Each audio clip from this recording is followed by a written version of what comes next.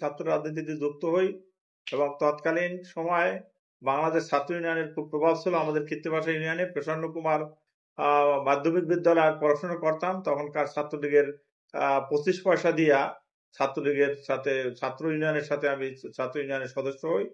পরবর্তীতে 1977 সালে আমি এসএসসি পাশ করার পর 1978 সালে শেরেবাংলা ফজলুল কলেজ বিনয়গড়িতে ভর্তি হই এবং সেখানে আমি ছাত্র রাজনীতি শুরু করি। সেখানে বাংলাদেশ ছাত্রলীগ শেরেবাংলা ফজলুল কলেজের আমি সভাপতি সে হিসেবে দায়িত্ব পালন করি।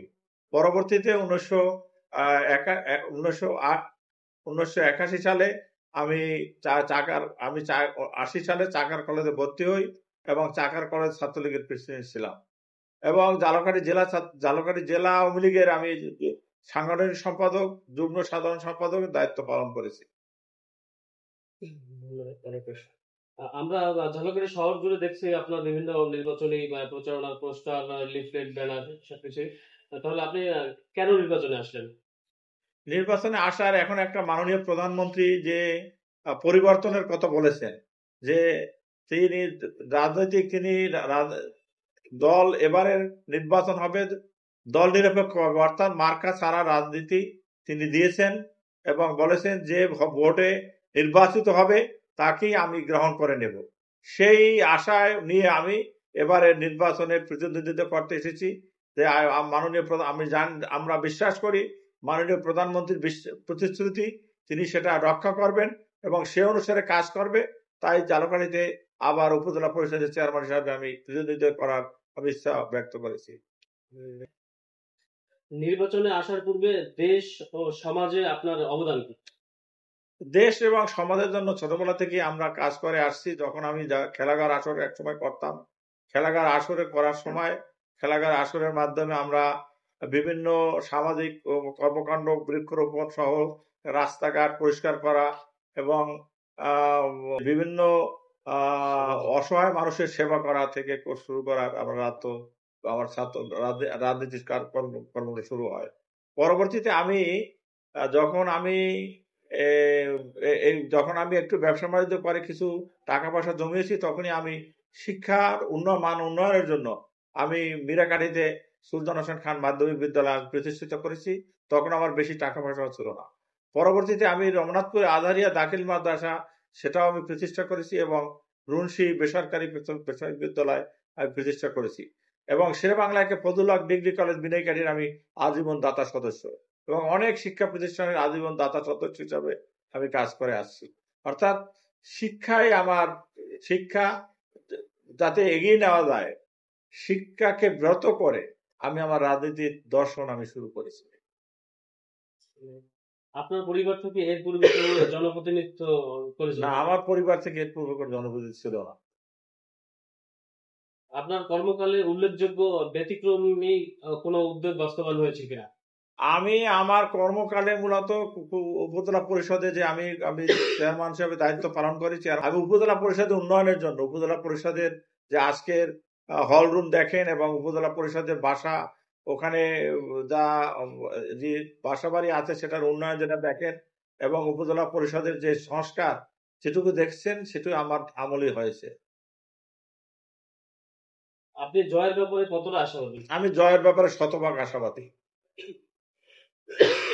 কোন কারণে আশায় বুক বাঁধলেন এই নির্বাচন নিয়ে? না, আমার কর্মকাণ্ড আমার সময় আমি বাংলাদেশ আওয়ামী লীগকে প্রতিটি ওয়ার্ডে প্রতিটি গ্রামে থেকে শুরু করে ঝালকাঠি সদর উপজেলা আমি আওয়ামী লীগের সংগঠন আমি তৈরি করেছিলাম এবং আওয়ামী লীগের ভিত তখনই মজবুত আমরা করতে পেরেছিলাম। সে সমস্ত লোকজন আমাকে এখনো সাপোর্ট দিচ্ছে এবং তারা মনে করে যে আমি যদি চেয়ারম্যান নির্বাচিত হই তাহলে তাদের মাধ্যমে কাজ হবে, তাদের উন্নয়ন হবে। সেই জন্য তারা আমাকে ভোট দেওয়ার জন্য তারা সবাই ইচ্ছা প্রকাশ করেছেন এবং আমাকে তারা বলেছে। নির্বাচিত হলে তখন নির্বাচনী এলাকার জন্য কি করবেন? নির্বাচিত হলে আমি নির্বাচনী এলাকার প্রধান ভূমিকা থাকবে শিক্ষাকে কিভাবে এগিয়ে নেওয়া যায় এবং আমাদের কৃষিকে কিভাবে এগিয়ে নেওয়া যায়, স্বাস্থ্য ব্যবস্থা কিভাবে এগিয়ে নেওয়া যায়, এই সমস্ত বিষয়ে আমি প্রথমে আমার প্রধান নামই দেব। নির্বাচনী এলাকার জন্য সুনির্দিষ্ট কোনো পরিকল্পনা আছে কিনা? সুনির্দিষ্ট পরিকল্পনার মতে আমার সবসময় আমি মনে করি যে একটি জাতি যদি শিক্ষিত হয় তাহলে সেই জাতি কখনো আর পিছিয়ে থাকে না। তাই বাংলা আমরাও যেটা আমরা চাই যে জাতি শিক্ষিত করার জন্য, জাতিকে শিক্ষিত করার জন্য শিক্ষাকে আমি বেশি প্রাধান্য দিতে চাই। আপনি বলছেন শিক্ষা ও কৃষি কে আপনি একটা একটা মর্যাদাপূর্ণ জায়গায় নিয়ে যাবেন। কিন্তু এইসব পরিকল্পনা বাস্তবায়নে বাধা আসলে তখন কি করবেন? এইসব পরিকল্পনা বাধা আসার তেমন কোনো উপজেলা পরিষদের যে কাজ রয়েছে, যে শিক্ষা কমিটিতে সভাপতি আছেন, সেই হিসাবে সে কাজ করার তার সুযোগ রয়েছে। এখানে বাধা দেওয়ার কোনো, অন্য কেউ বাধা দেওয়ার কোনো সুযোগই নাই। আপনি যদি চান তাহলে শিক্ষা ব্যবস্থা এগিয়ে নেওয়ার জন্য আপনি বিভিন্ন রকম পদক্ষেপ গ্রহণ করতে পারেন। আমরা সেই এই আশা নিয়ে আমরা সেই রকমের একটি লক্ষ্য এবং উদ্দেশ্য নিয়ে কাজ করে যাচ্ছি। জনাব সুলতান হোসেন খান, আপনি এর পূর্বেও জনপ্রতিনিধি ছিলেন।